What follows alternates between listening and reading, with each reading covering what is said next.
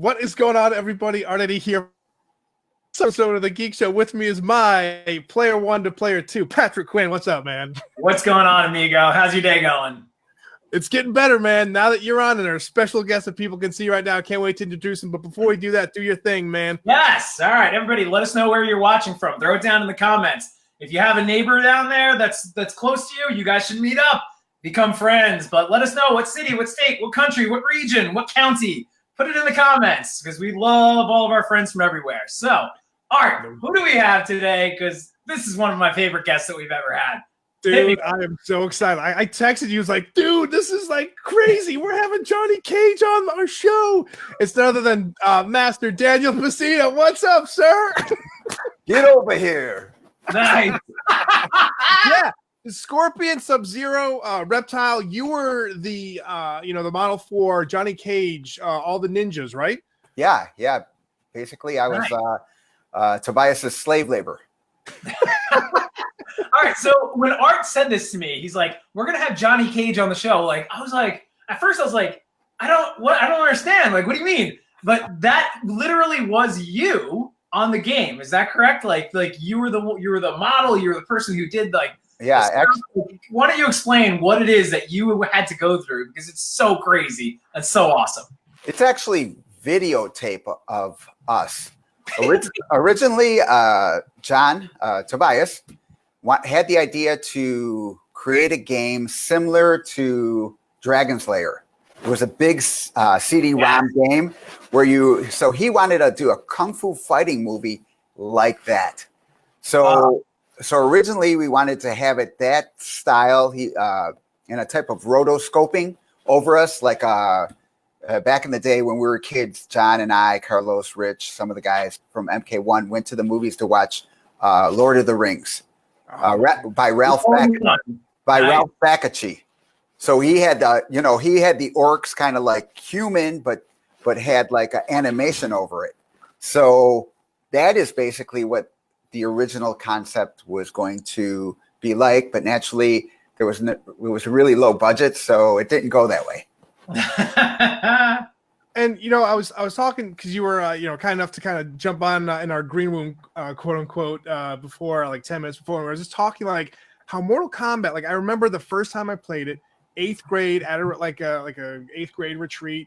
We went to like a sporting /arcade, and I saw Mortal Kombat. And I was just like, my friends and I were like blown, like what is this? Because like you had different other games and they were animated, but like real life actors playing this game, and like the fatalities and like the characters were like also different. Talk about like when you guys, because I've seen documentaries, I've seen like how you guys were like, yeah, we didn't think it was gonna be that big of a game, but like when you guys were filming and doing all these things, did you think it would ever like reach this point where, I mean, they're coming out with Mortal Kombat 11 right now. I mean, this thing is still going, right? Crazy. Yeah. Originally we didn't. Originally John and later Ed told me we're only going to make 200 arcade cabinets. So it was never our intention to go home. So, all the violent stuff at home, we didn't intend to. We thought it would be a little more mature crowd, a person who could go to the arcade, 13, 14. Usually you don't see a 10-year-old buying themselves an arcade. So we thought of that. And because it was so low budget, when John and I were creating the first part vision of it, we didn't really have supervision. Like there was no supervisor with us, and we would always be teasing each other and always goofing around. We didn't really have a storyline. John made up these characters, but he didn't really. He was like, okay, this guy's a Hollywood guy. He goes, okay, so you got to come out and act like a Hollywood guy. So I was just like, okay, I'm gonna come out, and do. I just kind of. And we all got to, for the first 2 games, we got to create the personalities right on the spot, right as we were doing it. It was fun. That's awesome. We've got a couple of people commenting in here. James Folk said, Daniel Pesina, I want to go to Chicago to learn martial arts from you. One of our buddies, Victor Aragon, he's actually in Chicago with you. He's same area, so he's a big fan of it also. He threw a comment up there a little while ago.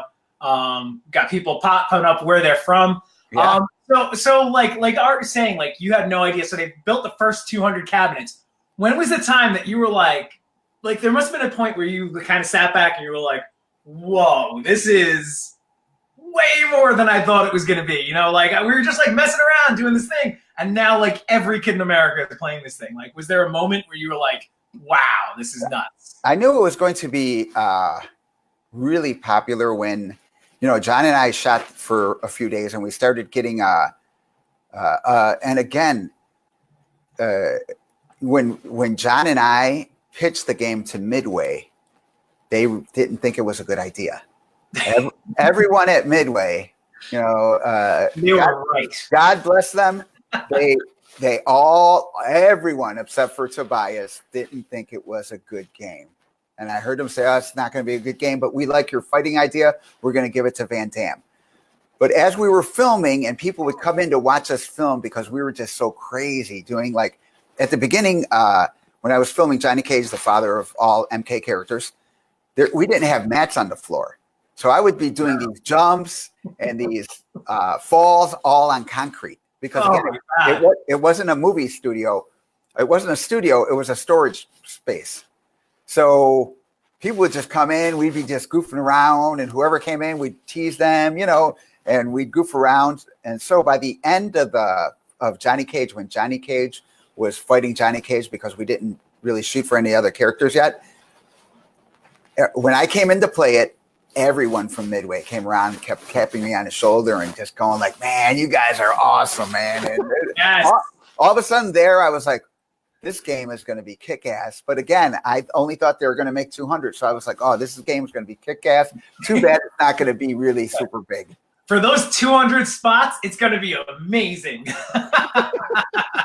Well, Chris goes, Johnny Cage Shadow Kick was the coolest thing on Mortal Kombat. You know, you said earlier that, you know, you kind of breathed personality into these guys, right? So like Mortal Kombat 1 had like, you know, a couple of fatalities. They had like, you know, I mean, there was a couple of moves that you always tried to do. It was either the spear for Scorpion, the freeze for Sub-Zero, but you had two, like Johnny Cage, well, obviously we're all the ninjas, but like Johnny Cage had not only the shadow kick, the sweet, like, you know, laser throw, or plasma throw, or whatever, but then he had the nut punch, man. Like, where did that come from? Actually, we were thinking of creating ideas, just ideas. We had Johnny Cage had like 4 or 5 different fatalities. We were planning on you having be able to finish people, and that's where the name Finish Him comes from. Because John was like, oh, you know, hey, you got to think of some way to finish him. So, we got to think of a finishing move and a finish. So we actually thought that we would have 4 or 5 different, you know, fatalities, finishing moves on people. But as far as the split, John was like, oh, you know, it'd be cool if we, you know, we make fun of Van Damme, do the split and then do the. And I was just like, I was a little apprehensive at the beginning because so far, filming wise, I would have to do the technique like 50, 60 different times. So I was like, I'm going to have to do the splits 40 or 50 times. And I was like, man, I don't know. And then John was just like, we'll call Ed up and have him buy us a pizza. And I was like, okay, I'll do free food. I'll do it. You know, so basically that was like the bribery all the time is, you know, we would, you know, because Ed was kind of the boss, but he wasn't really, at that time, he wasn't as much into the game as he was later. So a lot of times we'd be like, okay, we're going to call Ed and see if he needs anything. And then I'll say, hey, buy him lunch or buy him dinner or whatever it is. And I'll be like, okay. So that became the whole carrot behind all the filming, because later on we would use that on the other characters. Hey, nice. We're going to get some food out of this, you know? And everybody was like, all right. That's how we got him on the show. We were like, hey, we'll send you a pizza. And he's like, yeah. That's almost like sacrilegious for sending, you know, Daniel, Master Pesina, like pizza. If like I'm from North Carolina, you're from Austin. It's like Chicago's a place to get pizza, right? I'll send you some Texas pizza. Mike has a question. How many people were involved in seeing out the whole creation of the game Mortal Kombat? Well, to date, I know my brother Carlos is the only one from being there from the pitch, meaning before it fell into Midway's hands. He was there with John to pitch it to the owners and the programmers. So Carlos is the only one there from the exact beginning to right now. He is the only surviving technical creator, not, I understand there's a lot of other people creating the game and stuff like that, but he is the only one who is been there since the creation, the actual creation, before pre-Midway. Nice. Yeah. So besides that, we had it was John thought of it, and then basically after John thought of it and we pitched the game and everybody at Midway said no, later on when Van Damme said no, Rich bugged John to, hey, come back to our original idea. So Rich, if you know Rich, he is exactly like Kano. Like he'll always on you and always gruff and always like that. So John finally went back and asked Ed, hey, let me and the guys do our original idea. And Ed was like, go ahead, start it. So then after John, I started helping him with the game.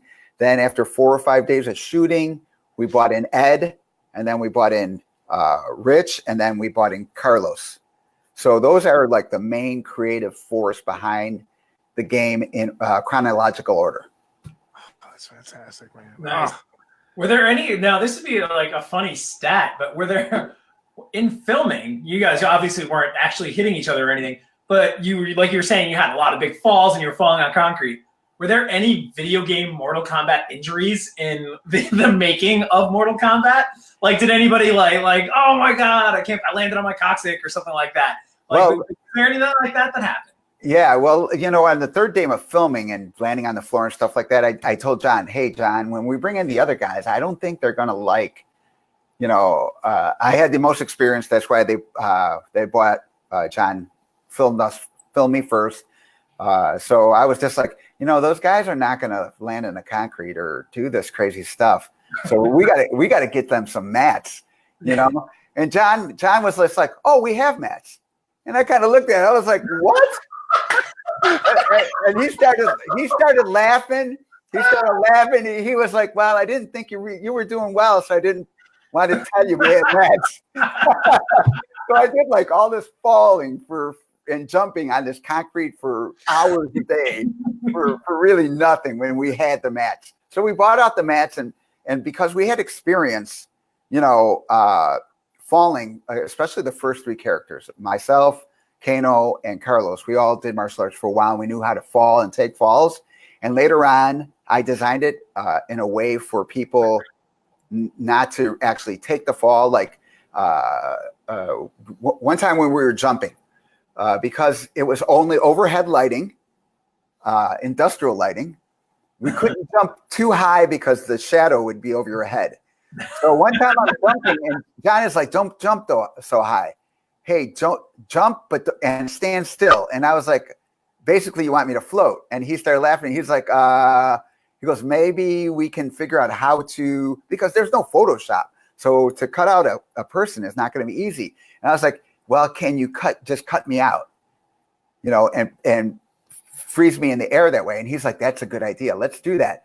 And then so he got a chair, and then I looked at the chair, and so you see the behind the scenes footage, there was a stair. I was like, we cannot use a chair because a chair will make it look like you're sitting in a chair. We need something that'll have you teetering. Like when you're actually jumping the air, you don't have really anything holding you up. It'll give you and 2, if we use this staircase, we can get a wide variety of moves.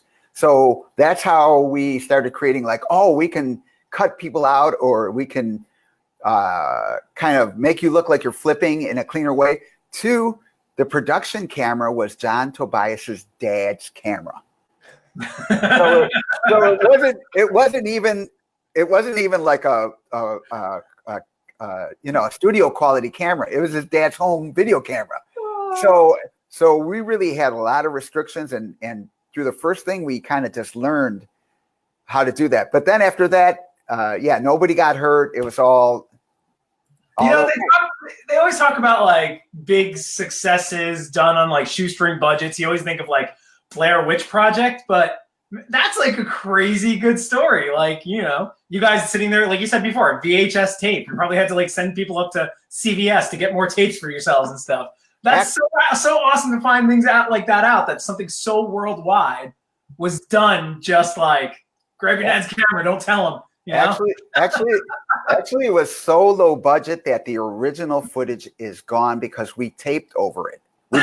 John didn't want to buy tapes, so the original 4 days, 8 hours a day, 32 hours of the original making of Mortal Kombat is gone. What people see now is when we started to be like, oh, John and I figured out how to make the game, and we bring Ed in to kind of tweak it. Kind of like we already knew we'd have a big uppercut, but we wanted to make sure that we would have enough room that way, so the other person could be programmed to do the appropriate action. So we were like, okay, so that's again, after about 4 days, we brought Ed in to help us kind of tweak it. But the originals are gone. The originals are now Jeremy's bar mitzvah and, and Super Bowl 91. Yeah, right. Well, you were talking about like with the filming and all that, and it's kind of like you're putting like, things together like duct tape and all that stuff. Talk about like the first time you saw the actual game from the start to finish, when you because like you always see like nowadays where like green screens and movies like Avengers Infinity War, people are like, man, that looks really good. Like all that green screen and all that tape actually like meant something. So for you, when you saw the game, were you guys just like freaking blown away, like seeing like this come to life? Yeah, the first time I saw the actual, not the finished game, but at one point it was Johnny Cage versus Johnny Cage because he was the only one created. Yeah. And so John called me up one day and he's like, man, Boop, you got to come. We call each other Boop. It's like we're from a Polish type neighborhood. Yeah. So I think it's slang for something. It might be a bad word, but we always used to, all the closer guys. Apologize to everybody in Poland. Yeah. We would call each other Boop. So John called me up, Boop, you got to come in and see this. So I'm like, what? No, you got to come in and see it. So lunchtime came. I ran to the studio and John's like, watch this. And he's playing and boom. Because up to this point, John was like, how do you want to, what fatalities you want? And I was like, oh, I want this, and I'm going to jump up the air and smash his face, and I'm going to do this and that. But now I actually seen a fatality where I punched my own head off, and I was just like, oh my God, I looked at him. And he's like, it's really cool. And at that point, that was kind of almost real. As far you see stuff in movies and stuff, but this is the first time in a video game. And I kind of looked at him, I was like, can we do this? And John was like, look around. And I look around, it's only him and I. And he's like, we don't have any supervisors. We could do whatever we want. Oh, so awesome.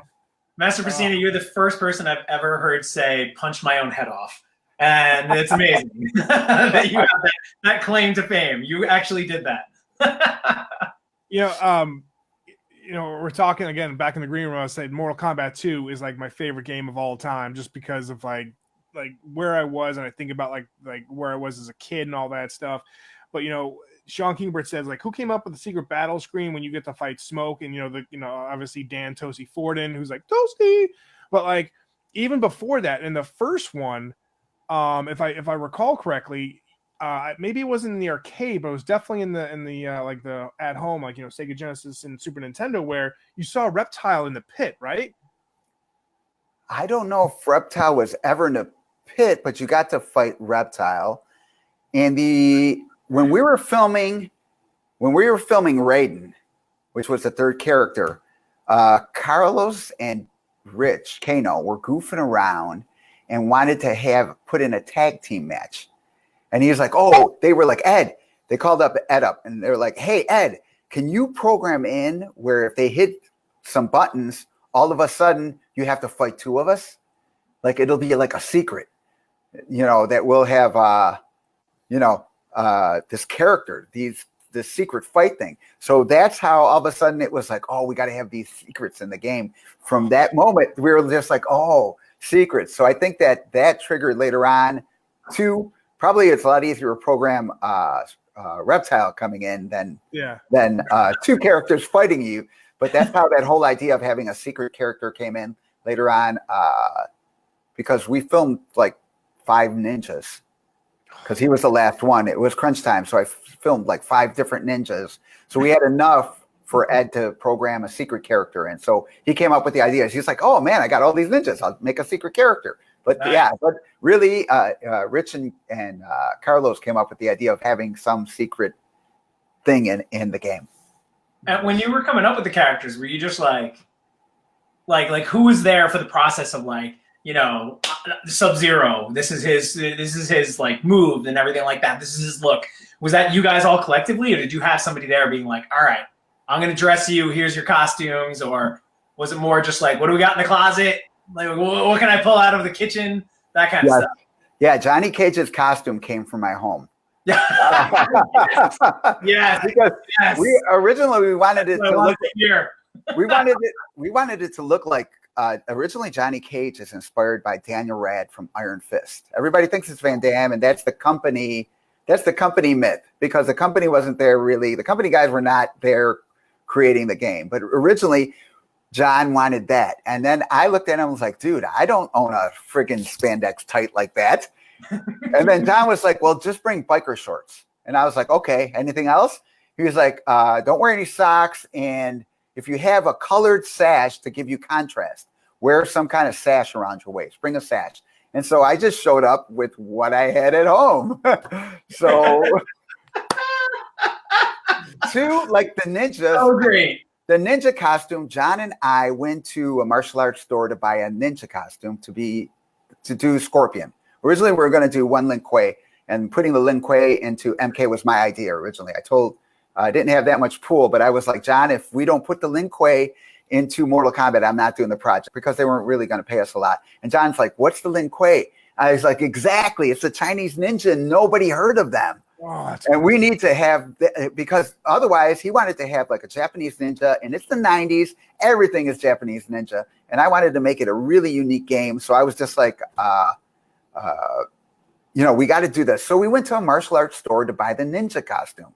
So we noticed that the price for the kids' ninja costume is a lot different than the adult ninja costume. So John bought the biggest kid ninja costume for me to wear, and that ripped all day long. And we put it together with safety pins and straight pins. So when I would be throwing kicks or landing or stuff like that, I would be swearing because the pins would just poke me. And everything's ripping, and I'm not like a happy guy. I'm like freaking throwing stuff all over the place. But that was like, again, because it was so low budget, when you really look at it, that is that's an extra large kid's ninja outfit pinned together on me.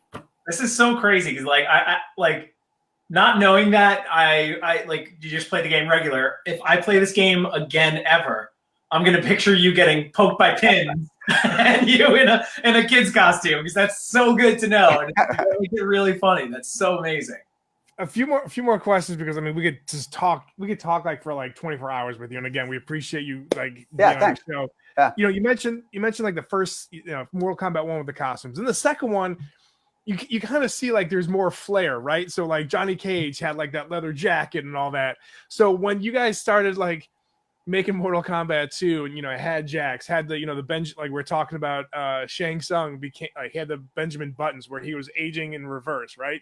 Instead of being an old wizard, he was like a younger guy, and Kung Lao and all that stuff. But like talk about like when you guys made Johnny Cage's character a little bit, and then like who came up with the idea for the friendship with the photo and the autograph, because that was gold. Oh yeah, that actually. Up to that point, the special moves and the fatalities were always the actors or John's ideas. Mostly, I think some of the programmers came up with only 1 or 2 ideas, because again, everything was spontaneous. We didn't even like have a list of stuff we were going to shoot. We were just like, oh yeah, we forgot, we got to shoot this. Okay. So John was like, oh, it'd be cool if you signed an autograph. So. And then I was like, John, perfect, totally in character. People are going to get my checkbook and sign my checks, and then he's like, no, just sign it, but don't make it look like your signature. So what you see is actually my handwriting on a piece of paper as Cage doing that with John's idea. So it's pretty. When I see it, I always remember that story. I was like, oh my God, if I would have known by now, I would have just signed it regular because it would be worth a lot of money. Yeah, that's fantastic. All right, quickly, we'll hit you up with like some quick questions. I kind of know this already because we were talking earlier. Favorite Mortal Kombat character is Johnny Cage, father of all Mortal Kombat characters. Nice. Favorite one you like to play? Raiden. I wanted to be Raiden at the beginning, and Tobias was going to make me be Stryker. Can you believe that? That was going to be the first character we shot was Stryker.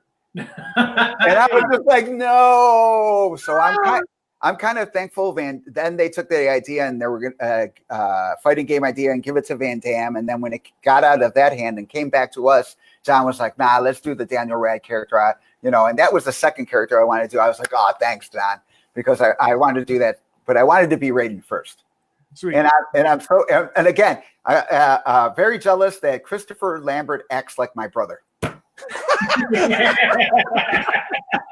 I'm jealous. Right. I'm really jealous.